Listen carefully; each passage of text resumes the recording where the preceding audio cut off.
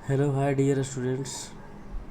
आज हम कक्षा 7 के हमारे अतीत के अध्याय 3 दिल्ली के सुल्तान पढ़ेंगे।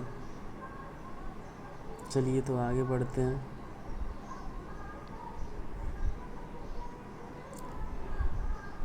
हमने अध्याय 2 में देखा कि कावेरी डेल्टा जैसे बड़े क्षेत्र राज्यों में के केंद्र बन गए थे। जैसे आपने पढ़ा था कि कावेरी डेल्टा क्षेत्र जो है बड़े राज्यों के केंद्र बन गए थे। क्या आपने गौर किया कि अध्याय 2 में ऐसे किसी राज्य का जिक्र नहीं है जिसकी राजधानी दिल्ली रही हो? आपने अध्याय 2 में पढ़ा, लेकिन दिल्ली के बारे में कुछ ऐसी जानकारी नहीं थी कि दिल्ली जो है किसी राज्य की राजधानी थी। इसकी वजह यह है कि दिल्ली महत्वपूर्ण शहर 12वीं शताब्दी में ही बना। दिल्ली महत्वपूर्ण शहर कब बना? 12वीं शताब्दी में। तालिका 1 पर नज़र डालिए। पहले तोमर राजपूतों के काल में दिल्ली किस साम्राज्य की राजधानी बनी? चलिए पहले तालिका 1 देख लेते हैं हम, बहुत ही इम्पोर्टेंट है। ये देखिए तालिका 1 है दिल्ली के शासक के बारे में। तोमर जो है राजपूत वंश, तोमर आरंभिक 12वीं शताब्दी। तोमर के बाद तोमर में अनंगपाल। तोमर साम्राज्य में कौन था? अनंगपाल, जो 1130 से 1145 के बीच बना रहा। तोमर शासकों के बाद चौहान शासक आए जो 1165 से 1192 तक रहा, और जिसमें उनका जो महान शासक था वो था पृथ्वीराज चौहान, जो 1175 से 1192 तक बना रहा। उसके बाद है प्रारंभिक तुर्की शासक 1206 से 1290। इसमें महत्वपूर्ण शासक थे कुतुबुद्दीन ऐबक, शमसुद्दीन इल्तुतमिश, रजिया, गयासुद्दीन बलबन। ऐबक जो है 1206 से 1210 रहा, 4 साल तक। इल्तुतमिश जो है 1210 से 1236 रहा। रजिया 1236 से 1240 रही। रजिया जो है पहली महिला सुल्तान थी, और इसके शासक बनने पर बहुत ही विरोध जताया गया, इसलिए इसे 4 साल बाद ही इसे हटा दिया गया। गयासुद्दीन बलबन 1266 से 1287। प्रारंभिक तुर्की शासक के बाद आते हैं खिलजी वंश।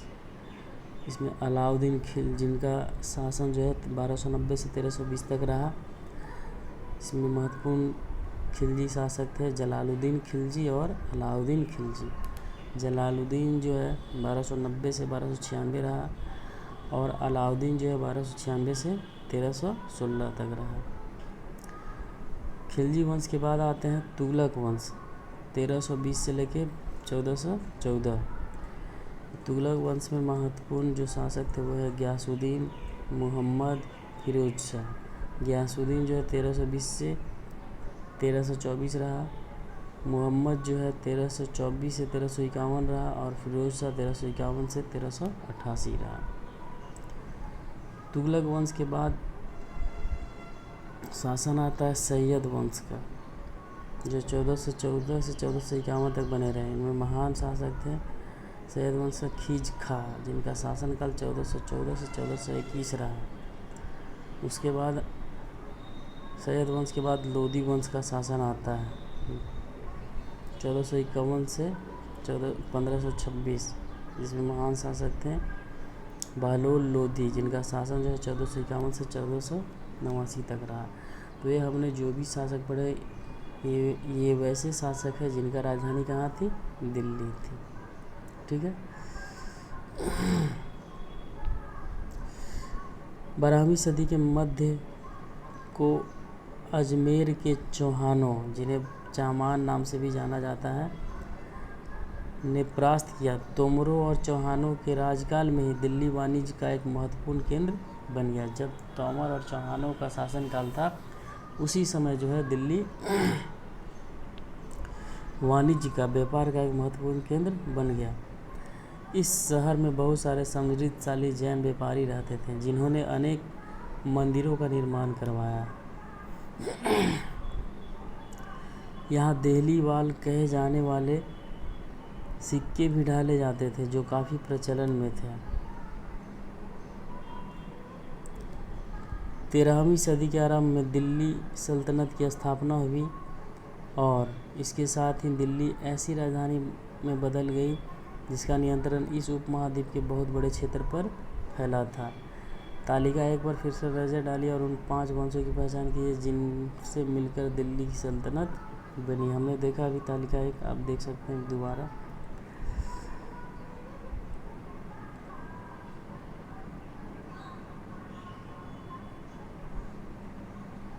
जिस इलाके को आज हम दिल्ली के नाम से जानते हैं वहाँ इन सुल्तानों ने अनेक नगर बसाए। मानचित्र एक को देखकर दिल्ली, एक गुना, सिरी और जहांपनाह को पहचानिए। मानचित्र 1 में ये देखिए, यहाँ पे जो है दिल्ली, ये कोहना है, ये जहांपनाह है और ये सिरी है। ये दिल्ली का नक्शा है।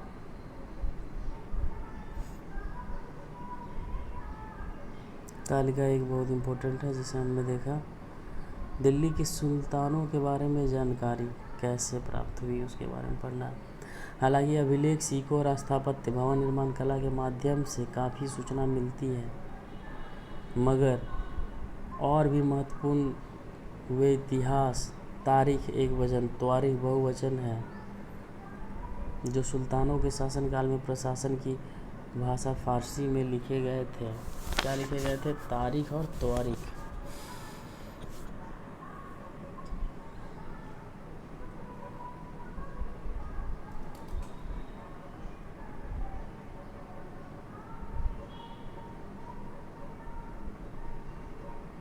देखिए लेखन कार्य में क्या क्या सम्मिलित है। कागज़ तैयार करते थे लोग पहले, उसके बाद लेखन कार्य करते थे, लिखने का काम। महत्वपूर्ण शब्दों और अनुच्छेदों की ओर आकर्षित करने के लिए सोने को पिघलाकर उसका प्रयोग करते थे, हाईलाइट करने के लिए।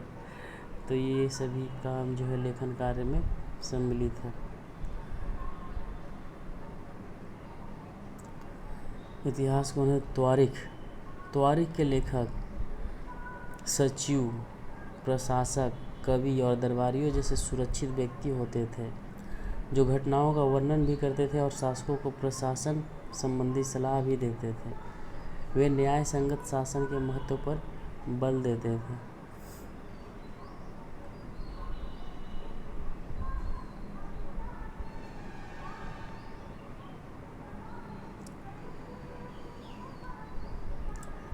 ये कुछ और बातें ध्यान में रखें। त्वारीख के लेखक नगरों में, विशेषकर दिल्ली में रहते थे। त्वारीख इतिहास के लेखक गांव में शायद ही कभी रहते हों। वे अक्सर अपने इतिहास सुल्तानों के लिए उनसे ढेर सारे इनाम इकराम पाने की आशा में लिखा करते थे। वो जो इतिहास लिखते थे त्वारीख के रूप में, वो जो है उनका एक उद्देश्य यह भी रहता था कि उन्हें जो है राजा से, सुल्तान से बहुत सारे इनाम मिले। ये अक्सर शासकों को जन्म सिद्ध अधिकार और लिंग भेद पर आधारित आदर्श समाज व्यवस्था बनाए रखने की सलाह देते थे। शासक को ये कहा करते थे कि जन्म सिद्ध अधिकार मिले, यानी कि जो जिस परिवार में जन्मे उसका जो काम था वो काम उस परिवार में जन्म लेने वाले को ही मिले, यानी कि लिखने का कार्य जो महत्वपूर्ण कार्य है वह सानुगत हो जाए। और लिंग भेद पर आधारित आदर्श समाज बनाया, यानी कि स्त्री और पुरुष में भेद रखे और पुरुष को स्त्री से श्रेष्ठ बताया गया इनके द्वारा, और इस पर आधारित समाज उन्होंने बनाने की सोची। उनके विचारों से सारे लोग सहमत नहीं होते थे।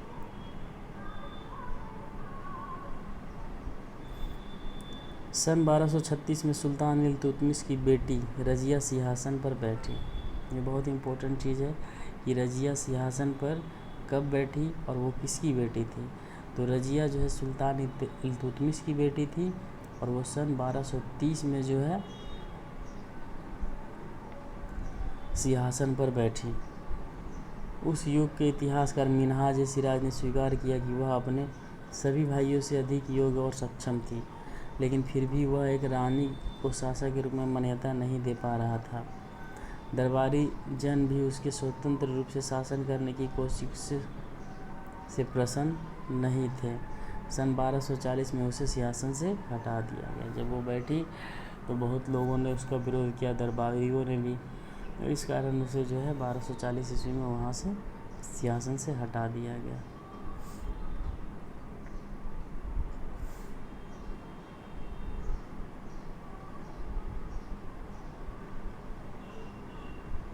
दिल्ली सल्तनत का विस्तार गैरिसन शहर से साम्राज्य तक।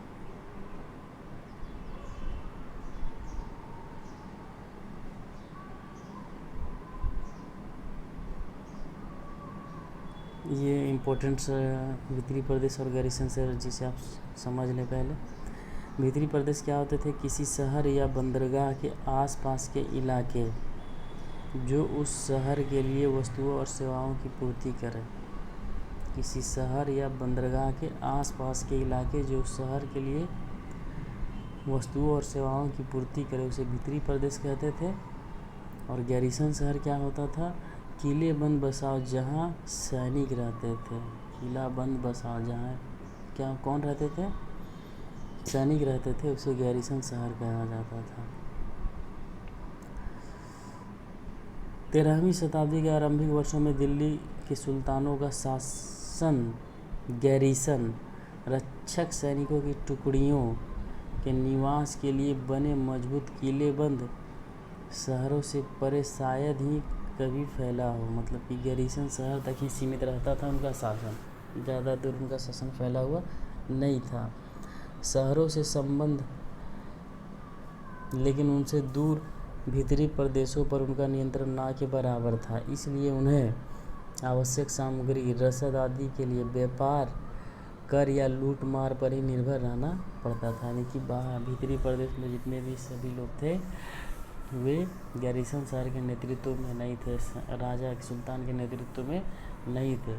इसलिए उन्हें अपना शासन चलाने के लिए, अपने आवश्यक वस्तुओं की पूर्ति के लिए उन्हें या तो लगान वसूल करना पड़ता था, व्यापार करना पड़ता था, या फिर अंततः लूट मार पर निर्भर रहना पड़ता था। दिल्ली से सुदूर बंगाल और सिंध के गैरिसन शहरों का नियंत्रण बहुत ही कठिन था। बगावत युद्ध, यहाँ तक कि खराब मौसम में भी उनसे संपर्क के नाजुक सूत्र छीन भिन्न हो जाते थे। शासन को अफगानिस्तान से आने वाले हमलावरों और उन सूबेदारों से बराबर चुनौती मिलती रहती थी, जो जरा सी कमजोरी का आभास मिलते ही विद्रोही का झंडा खड़ा कर देते थे।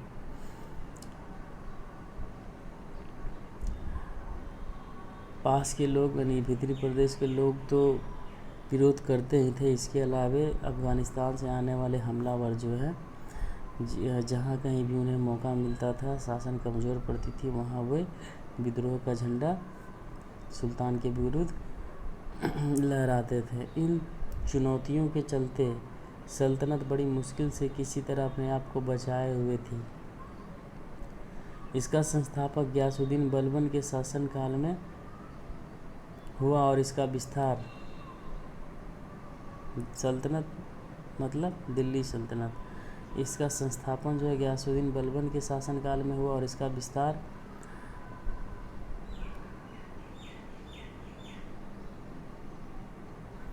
अलाउद्दीन खिलजी और मोहम्मद तुगलक के राजकाल में हुआ।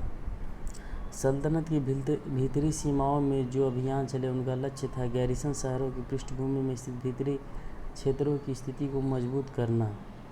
इन अभियानों के दौरान गंगा यमुना के दोआब जंगलों को साफ कर दिया गया और शिकारी संग्राहकों और चरवाहों को उनके पर्यावास से खदेड़ दिया गया। वह ज़मीन किसानों को दे दी गई और कृषि कार्य को प्रोत्साहन दिया गया। व्यापार मार्गों की सुरक्षा और क्षेत्रीय व्यापार की उन्नति की खातिर नए किले, गैरिसन शहर और शहर बनाए और बसाए गए। दूसरा विस्तार सल्तनत की बाहरी सीमा पर हुआ। अलाउद्दीन खिलजी के शासनकाल में दक्षिण भारत को लक्ष्य करके सैनिक अभियान शुरू हुए और ये अभियान मोहम्मद तुगलक के समय में अपनी चरम सीमा पर पहुँचे। इन अभियानों में सल्तनत की सेनाओं ने हाथी, घोड़े, गुलाम, मूल्यवान धातुएं अपने कब्जे में ले ली। दिल्ली सल्तनत की सेनाओं की शुरुआत अपेक्षाकृत कमज़ोर थी, मगर 150 वर्ष बाद मोहम्मद तुगलक के राज्यकाल के अंत तक इस उपमहाद्वीप का एक विशाल क्षेत्र इसके युद्ध अभियान के अंतर्गत आ चुका था। शुरुआत में दिल्ली सल्तनत कमज़ोर थी, लेकिन 150 साल बाद मोहम्मद तुगलक के शासन के अंत काल में जो है ये बहुत ही मजबूत हो चुकी थी और बहुत सारे क्षेत्र इसके अंतर्गत आ चुके थे। इसने शत्रुओं की सेनाओं को परास्त किया और शहरों पर कब्जा किया। इसके सूबेदार और प्रशासक मुकदमों में फैसले सुनाते थे। इसके जो सूबेदार और प्रशासक थे वो मुकदमे में फैसला सुनाते थे, यानी कि जब भी कोई झगड़ा झंझट या फिर कोई तो उसकी सुनवाई होती थी और उसकी सुनवाई सूबेदार और प्रशासक के द्वारा किया जाता था। साथ ही किसानों से कर वसूल करते थे, लेकिन इतने विशाल क्षेत्र पर इसका नियंत्रण किस सीमा तक और कितना प्रभावी था। बहुत ही बड़ा क्षेत्र बन गया था और इनका नियंत्रण कहाँ तक प्रभावी था।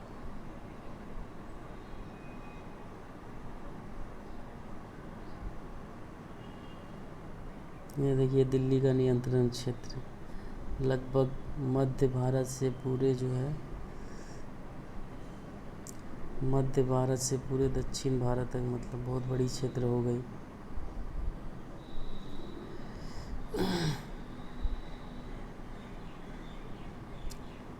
तंजावुर तक दिल्ली से, तंजावुर जो एकदम दक्षिणी बिंदु है।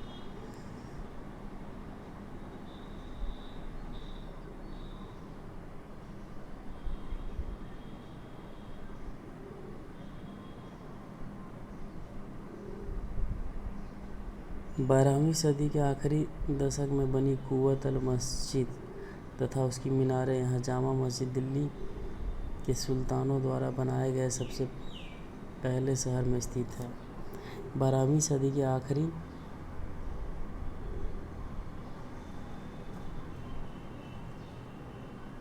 दशक में बनी कुव्वत अल इस्लाम मस्जिद तथा उसकी मीनारें, यह जामा मस्जिद कुव्वत अल मस्जिद कैसी मस्जिद है? जामा मस्जिद, ठीक है। दिल्ली के सुल्तानों द्वारा बनाए गए सबसे पहले शहर में स्थित है। इतिहास में इस शहर को देहली ए कुहना या पुराना शहर कहा जाता है, जहाँ पे कुव्वत अल इस्लाम मस्जिद है। इस मस्जिद का इल्तुतमिश और अलाउद्दीन खिलजी ने विस्तार किया। मीनार 3 सुल्तानों कुतुबुद्दीन ऐबक, इल्तुतमिश और फिर शाह तुगलक द्वारा बनवाई गई थी, ठीक है। अब हम कुछ इम्पोर्टेंट शब्द और उसका मतलब पढ़ेंगे, ठीक है। मस्जिद क्या होता है? यह अरबी का शब्द है जिसका शाब्दिक अर्थ है ऐसा स्थान जहाँ मुसलमान अल्लाह की आराधना में सजदा क्या होता है? घुटने और माथा टेक कर, घुटने के बल बैठकर माथा टेकना, ये क्या कहलाता है? सजदा कहलाता है। करते हैं, जहाँ क्या करते हैं? मुसलमान अल्लाह की आराधना में सजदा करते हैं। जामा मस्जिद किसे कहते हैं? मस्जिद ये जामी वह मस्जिद होती है जहाँ अनेक मुसलमान एकत्र होकर साथ साथ नमाज पढ़ते हैं। नमाज की रस्म के लिए सारे नमाजियों में से सबसे अधिक सम्मानीय और विद्वान पुरुष को इमाम कहा जाता है। क्या कहा जाता है? इमाम। जो उन नमाजियों में सबसे सम्मानीय और विद्वान पुरुष होता है, इमाम के रूप में चुना जाता है। इमाम शुक्रवार की नमाज के दौरान धर्मोपदेश उनके उर्दू भाषा में क्या होता है? खुतबा। शुक्रवार के दिन क्या होता है? वे खुतबा भी देता है, धर्मोपदेश देता है। नमाज के दौरान मुसलमान मक्का की तरफ मुंह करके खड़े होते हैं। भारत में मक्का पश्चिम की ओर पड़ता है। मक्का की ओर दिशा को किबला कहा जाता है। मुसलमान जो है पश्चिम की ओर क्यों मतलब प्रणाम करते हैं, सारा कार्य जो है पश्चिम की ओर होकर क्यों करते हैं, तो इसलिए करते हैं चूँकि जो मक्का है वो भारत में पश्चिम की ओर पड़ता है, इसलिए वो पश्चिम की ओर देखकर ही नमाज़ पढ़ते हैं। और उस दिशा को इनके भाषा में किबला कहा जाता है।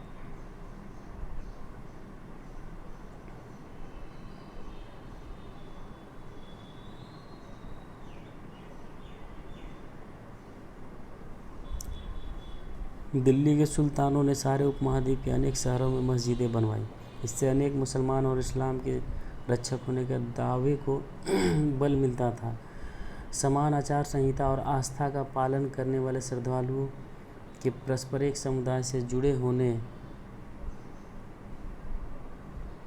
का बोध उत्पन्न करने में भी मस्जिदें सहायक थी। एक समुदाय का अंग होने के बोध को प्रबल करना जरूरी था, क्योंकि मुसलमान अनेक भिन्न भिन्न प्रकार की पृष्ठभूमियों से आते थे। मस्जिद ऐसा जगह था जहाँ पे अन्य अलग अलग पृष्ठभूमियों से आए हुए सभी मुसलमान एक जगह एकत्र होते थे और आपस में बंधुत्व के नाते जो है एक दूसरे से बन जाते थे और मुसलमान जो है मजबूत होते थे। तो इसलिए मस्जिद ने उनके एकता में बहुत ही महत्वपूर्ण भूमिका निभाई, उनके मजबूत होने में।